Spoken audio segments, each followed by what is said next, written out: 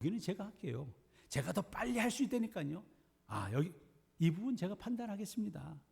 내면에는 제가 알아서 계획할게요. 라고 말입니다. 그러다가 어느 순간 하나님은 옆자리에 계시고 다시 내가 운전대를 잡고 있는지 모르죠.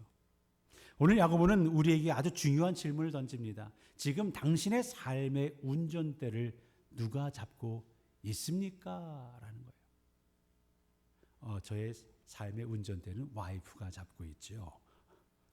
이런 건가요? 오늘 야고보는 지금 당신의 삶의 운전대는 누가 잡고 있습니까? 오늘 본문은 전혀 다른 두 가지 이야기를 하는 것처럼 보이죠. 11절과 12절에서는 형제를 비방하고 판단하지 말라라고 합니다. 13절에서는 내일 일을 장담하며 자기 계획대로 살아가는 사람을 어떻게 보면 책망하셔요. 그런데 자세히 보면 이 두 말씀의 뿌리는 하나입니다. 하나님의 자리를 내가 대신 하려고 한다라는 거예요. 그래서 오늘 말씀을 통해 두 가지를 살펴보면요. 첫 번째, 다른 사람의 삶에서 하나님의 역할을 대신하지 마라라는 거예요.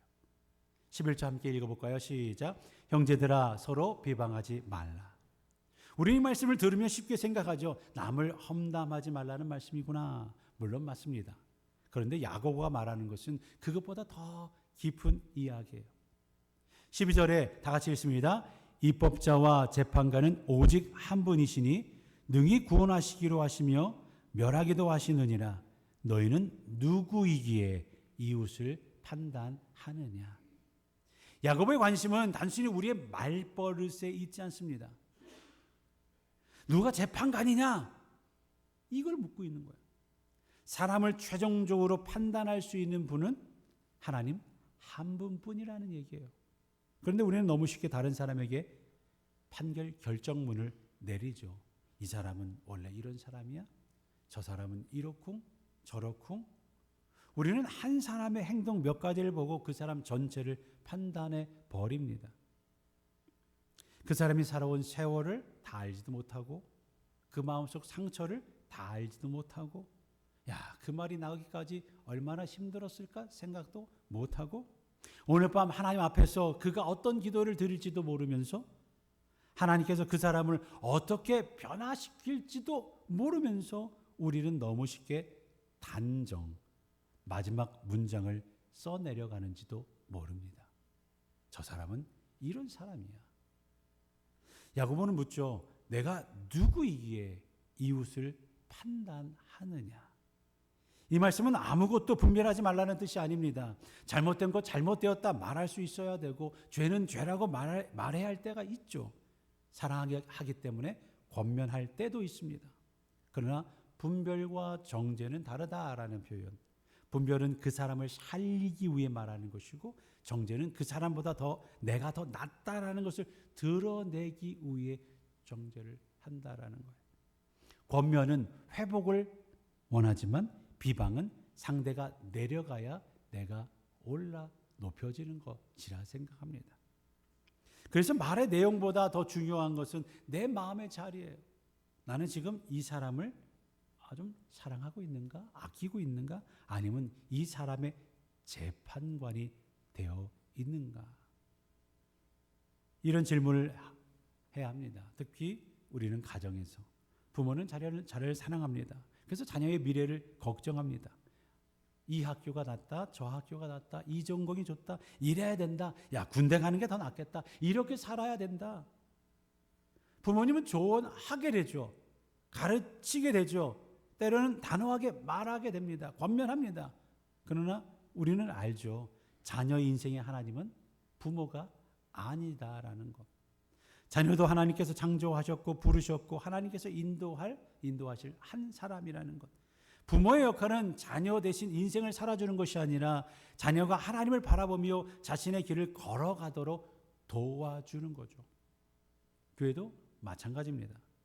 우리가 형제 자매를 보면서 쉽게 마지막 판결문을 내리지 않아야겠죠. 하나님께서 아직 그 사람의 이야기를 다 쓰지 않으셨기 때문입니다. 내 눈에는 부족해 보여도 하나님께서 그 사람 안에서 일하고 계실 수 있어요.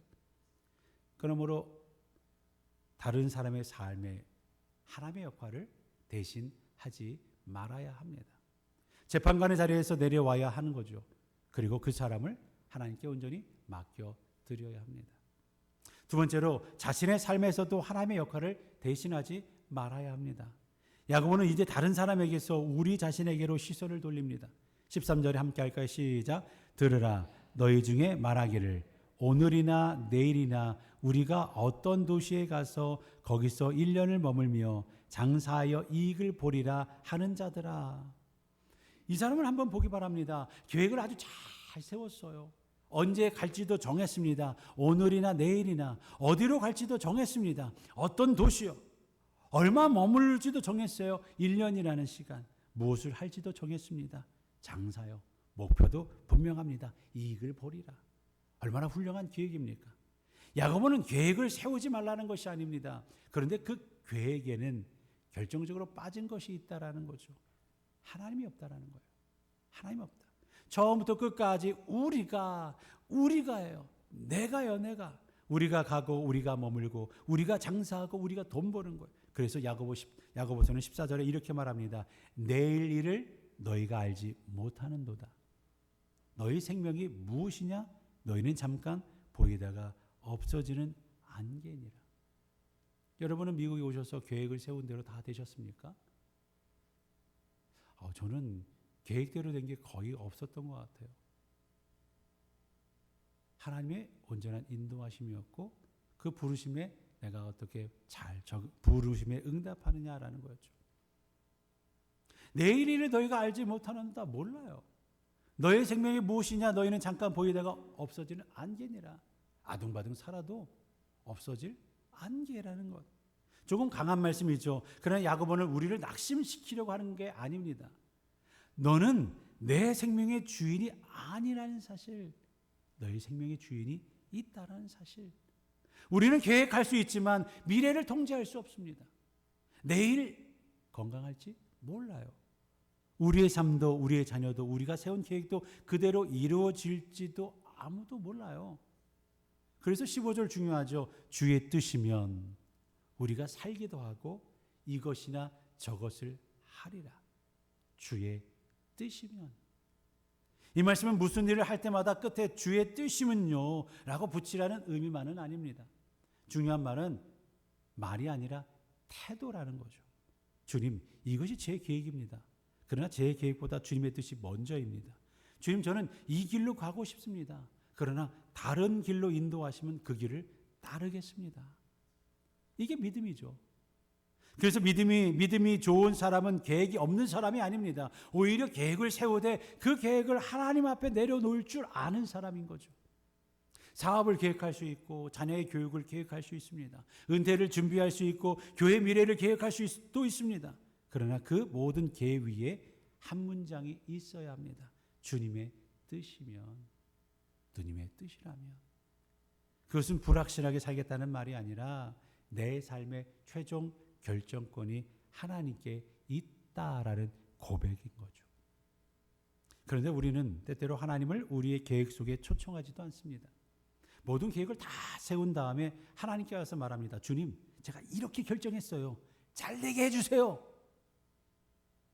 기도처럼 보이지만 사실은 통보예요. 우리가 하나님께 묻는 것이 아니라 하나님께 내 계획을 승인해달라고 요구하는 거예요. 신앙생활은 하나님께 내 계획의 도장을 받아내는 것이 아닙니다. 하나님과 함께 길을 정하는 거죠. 그래서 우리는 중요한 결정을 앞두고 이렇게 물어야 합니다. 주님, 제가 원하는 게 무엇입니까? 보다 먼저 주님, 나를 위해 주님이 무엇을 원하십니까?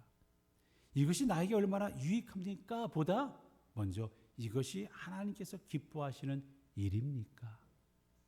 그 질문을 하기 시작할 때 우리는 다시 운전대에서 손을 놓고 주님께 맡기게 되죠. 세 번째로 하나님의 뜻을 알았다면 우리는 오늘 행해야 합니다. 지금 행해야 합니다.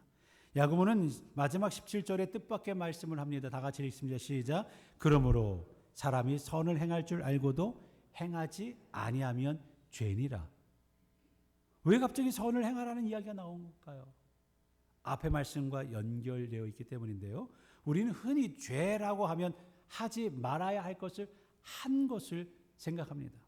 거짓말한 것, 미워한 것, 남을 상처 준 것, 그리고 야고보는 한 가지 더하여서 해야 할 것을 하지 않는 것도 죄다라는 것을 얘기하고 있는 거죠. 하나님께서 무엇을 원하시는지 알면서도 하지 않습니다. 용서해야 하는 것 알면서도 안 합니다. 그런데 미룹니다. 사과해야 하는 것을 압니다. 그런데 자존심 때문에 하지 않습니다. 누군가를 도와줘야 한다고 도와주어야 한다는 것 마음을 주셔요. 근데 다음으로 미룹니다. 섬겨야 한다는 거 압니다. 기도해야 된다는 거 압니다. 말씀대로 살아야 된다는 거 압니다. 그런데 생각만 합니다. 야고보는 말하죠. 선을 행할 줄 알고도 행하지 아니하면 뭐라고요? 죄니라. 왜 그렇습니까? 내일이 내 것이라는 생각 때문이죠. 나중에 하지 뭐, 다음에 하지 뭐, 좀 더 좋아지면 하지 뭐, 은퇴하면 섬기지 뭐, 마음이 편해지면 용서하지 뭐.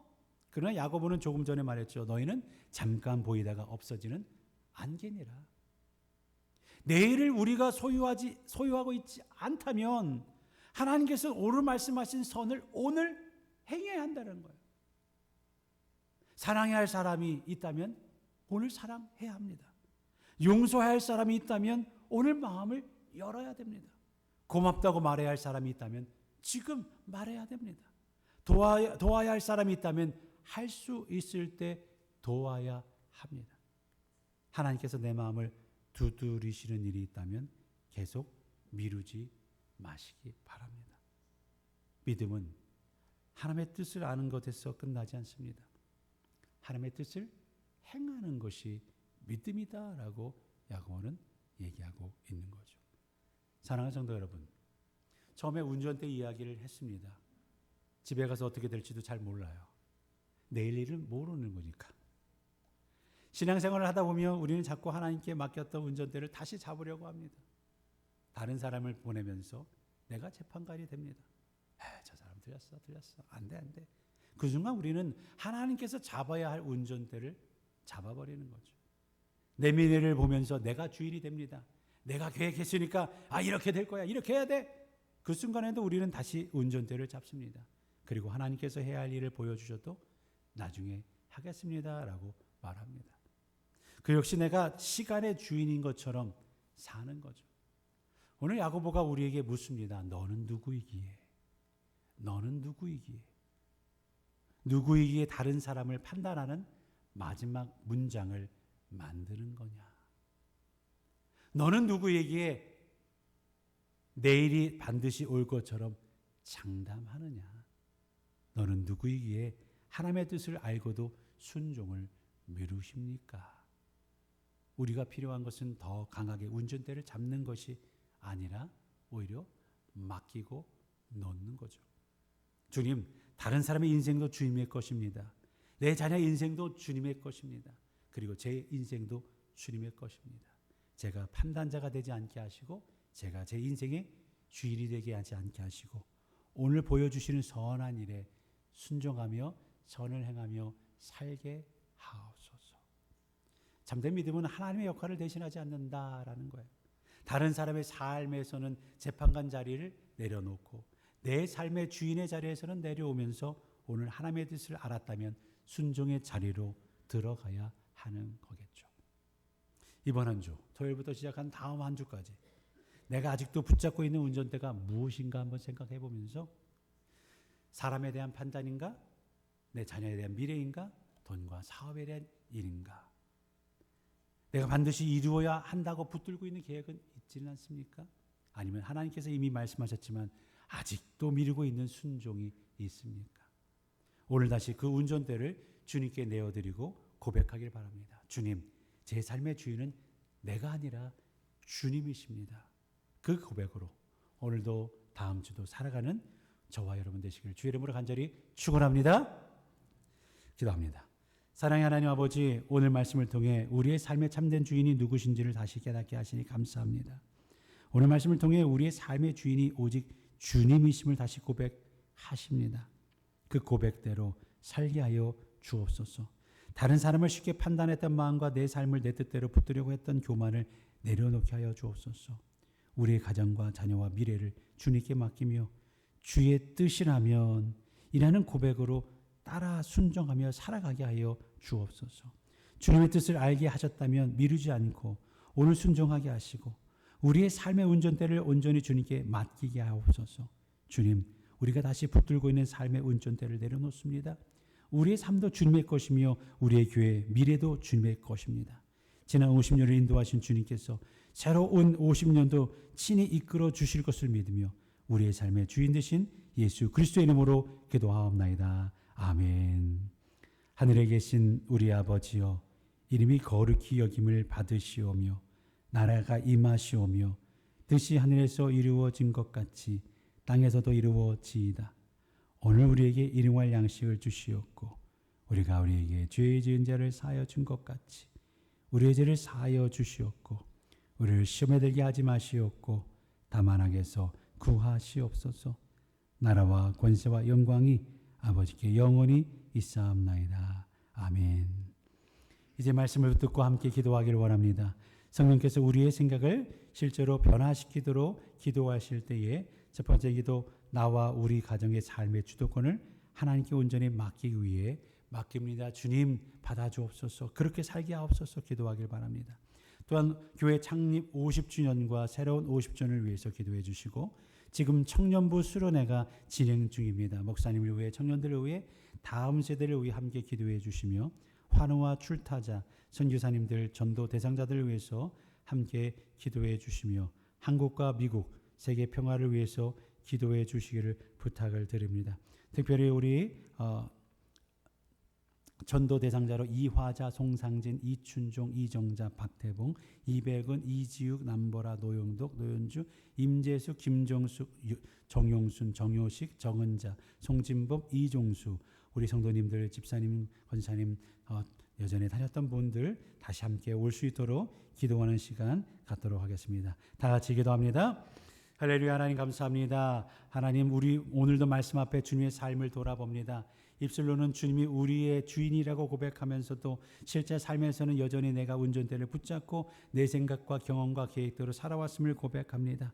우리의 교만과 고집을 용서하여 주옵소서. 다른 사람을 쉽게 판단하고 정죄했던 마음을 내려놓게 하여 주옵소서. 내가 모든 것을 알고 있는 것처럼 말하고 다른 사람의 마음과 형편을 다 알지도 못하면서 쉽게 마지막 결론을 내렸던 모습을 용서하여 주옵소서. 재판관은 오직 하나님 한 분이심을 기억하게 하시고 판단하기보다 사랑하며 정죄하기보다 품고 기도할 수 있는 우리 모두가 될 수 있기를 간절히 소원합니다. 특별히 우리의 가정을 주님의 손에 맡겨드립니다. 우리의 배우자와 자녀들의 내 소유가 아니라 하나님께서 사랑하시고 인도하시는 주님의 자녀임을 기억하게 하여 주옵소서. 자녀의 미래를 우리의 뜻대로 결정하게 하려 하지 아니하시게 하시고 우리의 기대보다 하나님의 뜻을 먼저 구하게 하여 주옵소서. 부모의 욕심과 염려로 자녀의 앞길을 붙잡지 않게 하시고 하나님께서 각 사람에게 주신 부르심을 발견하고 믿음으로 걸어갈 수 있도록 기도하며 축복하는 부모가 되게 하여 주옵소서. 특별히 결혼을 맞는 우리 가정이 귀한 가정이 있습니다. 복된 가정이 되게 하시고 그 가정을 만나게 하시기 위해 많은 이들이 기도로 하나님 오늘도 그를 위해 기도합니다. 앞으로의 삶에 행복하고 복된 가정 하나님의 뜻하시고